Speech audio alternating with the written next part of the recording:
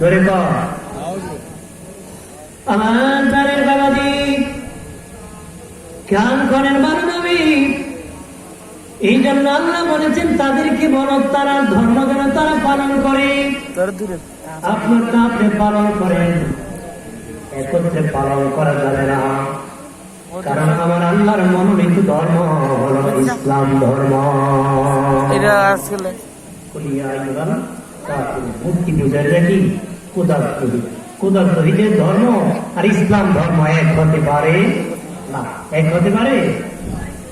আমার আল্লাহ 2,24,000 পয়গম্বর পৃথিবীতে পাঠিয়েছিলেন মানুষ যেন দুনিয়া থেকে বেহেশতি হয়, জান্নাতি হয়।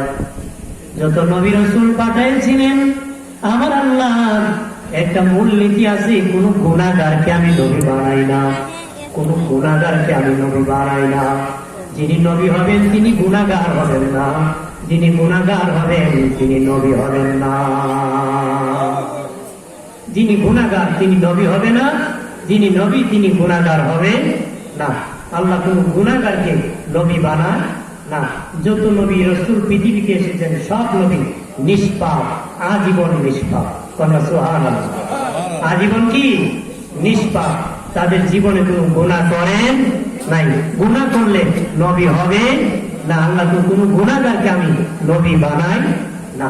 কেউ যদি বলে কেউ নবী গুনাহ করছে, লক্ষাধিক নবী রাসূলের নবুয়তি অস্বীকার করেছে, লক্ষাধিক নবী রাসূলের নবুয়তি কি অস্বীকার করেছে।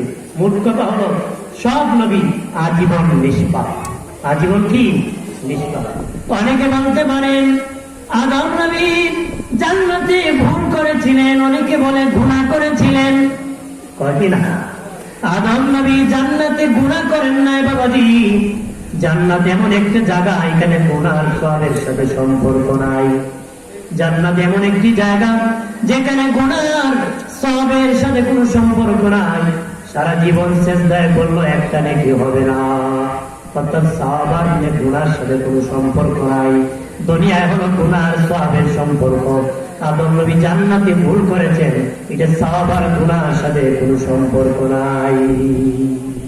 সওয়াব আর গুনাহর সাথে কি সম্পর্ক নাই। দ্বিতীয় হলো এটা আল্লাহর কৌশল, আল্লাহর কি কৌশল বের করে দেওয়া। অর্থাৎ স্বাভাবিকভাবে সুখের জায়গার থেকে দুঃখের জায়গায় পাঠাইলে যে বলবে আমার দরকার নাই, আমি আমার জায়গায় চলে যাই, ঠিক কিনা? কিন্তু আল্লাহ একটা সিস্টেম করছে। বাবা বাজার থেকে বিস্কিট কিনে মিয়া মশারির উপর রেখেছি, বিস্কিট রেখে সন্তানের উপর আইন জারি করে দিয়েছি, যদি বিস্কিট খাও সকালবেলা বক্তব্যে যেতে হবে, সকালবেলা বক্তব্যে যেতে হবে। বলেন বাবা তো বিস্কিট বাচ্চার জন্য আনছে না নিজে খাইতো আনছে? কার লেগে আনছে? বাচ্চার লেগে আনছে। বাবা চায় বাচ্চা খাইতো আর বক্তব্যে কি যাইতো, খাইতো আর যাইতো। খায়া যদি যাইতাম না কথা তো বুঝলাম না, খাইতাম কথাটা ঠিক কিনা? বলে কিনা? বাবার ইচ্ছা যে খাইবো আর বক্তব্যে যাইবো, এটা একমত কৌশল।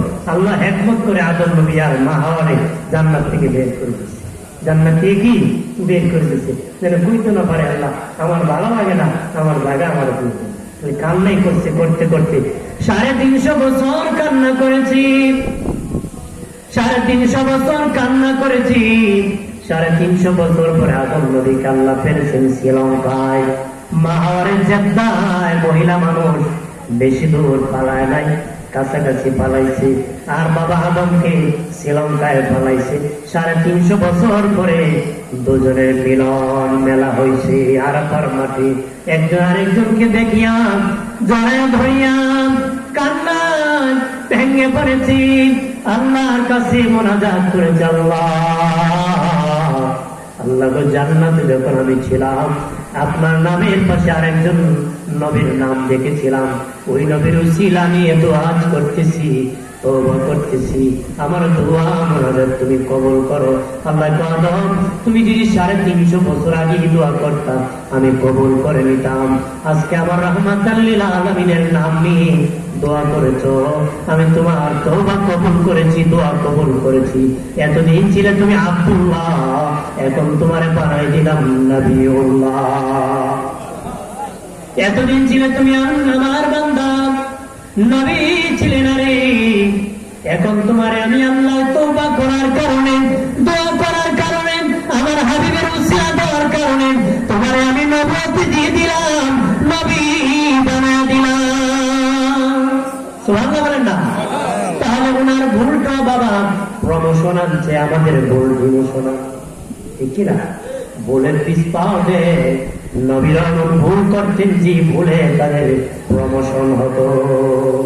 যেমন আদম নবী ভুল করার আগে আব্দুল্লাহ ছিল, ভুল করে তওবা করে হইছে নবীউল্লাহ,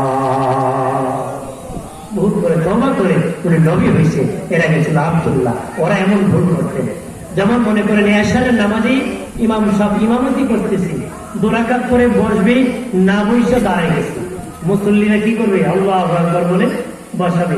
ইমাম সাহেবের উচিত কি? 2টা সেজদা বেশি দিবে, 2টা সেজদা কি শেষে বেশি দিবে। আপনার তো 2 সেজদা বেশি দেওয়াতে ইমামের সওয়াব হইল 52 না কম বাড়ছে, সওয়াব কি বাড়ছে। যদি ভুল না হইতো যেমন নামাজ তেমনই থাকতো, ভুল করে 2 সেজদা বেশি দেওয়ার কারণে সওয়াব বেড়ে গেছে। সুবহানাল্লাহ। কারণ ইচ্ছা করে ইমাম ভুল করছে না অনিচ্ছা হয়েছে? দেখেন আমার নিকট হুজুরে কইছে ভুল করে 2 সেজদা বেশি দিলে সওয়াব বেশি, তাহলে ভুল লাগায় দিলে 2টা সেজদা বেশি দিলে হইব? হইতো না। ভুল লাগলে ভুলে যাওয়া, অর্থাৎ প্রমোশন। আর আদম নবী এমন ভুল করেছেন যে ভুলে প্রমোশন হয়েছে। কন্যা সুবহানাল্লাহ। আর দিলে যত নবী রাসূল আছেন, কোন নবী গুনাহ করেন না, গুনাহ করছেন না, আজীবন নিষ্পাপ। বাবাজি, আমাদের নবী বলেন আমি রাসূলুল্লাহ জীবনে কোনোদিন গুনাহ করি নাই, আমি ভুলও করি না। অন্য নবীগণ ভুল করতেন, নবী তো আমি ভুলও করি না। মাঝে মধ্যে আল্লাহ আমারে ভুলাই দেয়, আমার উম্মত ভুলে গেলে সংশোধন কেমনে পাবে? ওই মাসালা যেন পেয়ে যায়, সংশোধন পায়, এই জন্য আমার আল্লাহ মাঝে মধ্যে আমারে ভুলাই দিত। অর্থাৎ মাঝে মধ্যে আল্লাহ আমারে ভুলাই দিত, আমার উম্মত ভুলে গেলে সংশোধন যেন খুঁজে পায়, আমি ভুলও করতাম। বাইরে আমার খেয়াল করে ভালো করে, দয়াল নবী পৃথিবীতে 1500 বছর আগে আগমন করেছিলেন। মা আমেনার গর্ভ থেকে বাবা আব্দুল্লাহর পেশানিতে ছিল নূরে মুহাম্মাদী। সে নূর আমেনার সাথে যখন বিবাহ হয়েছে, মা আমেনা ছিলেন ওই যুগের জাহিলি যুগের, ওই অসভ্য যুগের বাবা সবচেয়ে তাইয়্যিবা তাহেরা পবিত্র একজন নারী ছিলেন মা আমেনা। নবীর আম্মা জান এই যুগের পবিত্র একজন নারী ছিলেন। ওনার বাবার নাম ছিল আব্দুল ওয়াহাব জুহরি।